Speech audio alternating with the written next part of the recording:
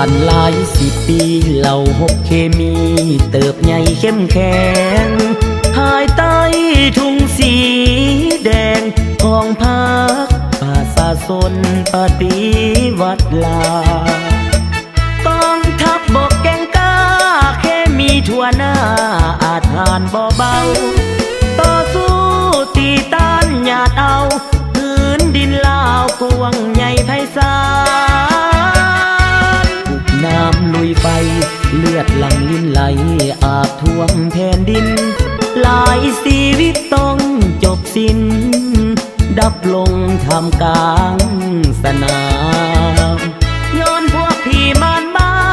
มั่งเทเข็นฆ่าข่มเหงคุกคามหวังยึดครองแผ่นดินงดงามดับสูญคนลาวให้เกียงเหือนหายคนอาวุธเคมีหลากหลายมาถอกเทลงบ่สมประสงค์พวกเขาบ่สาวองไว้แก้ไข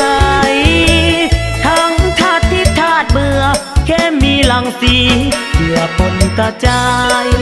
ลบล้างให้เกลี้ยงหายไปยิงปืนพ่นไฟใส่หัวหมู่มารเหล่าหกเคมี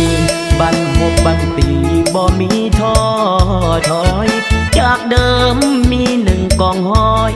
เป็นหลายกองห้อยกลายเป็นกองพันสู้หัวเด็ดดินขาดเพื่อป้องกันซากเหล่าให้สุขสันต์บ่ยอมให้ภัยลวงล้ำแผ่นดินเวียดนามเมืองลาวเฮา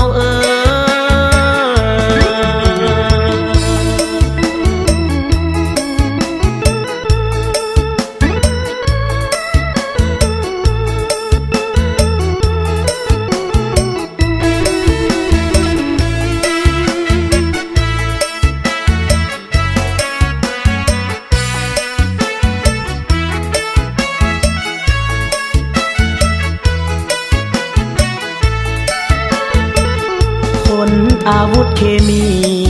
หลากหลายมาถอกเทลงบ่สม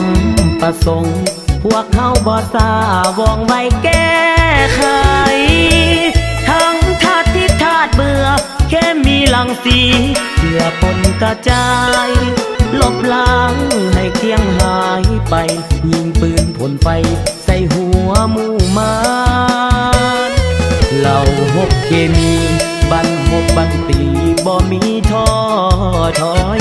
จากเดิมมี1 กองห้อยเป็นหลายกองห้อยกลายเป็นกองพันสู้หัวเด็ดดินขาดเพื่อป้องกันซากเหล่าให้สุขสันต์บ่ยอมให้ภัยลวงล้ำแผ่นดินเวียดนามเมืองลาวเฮา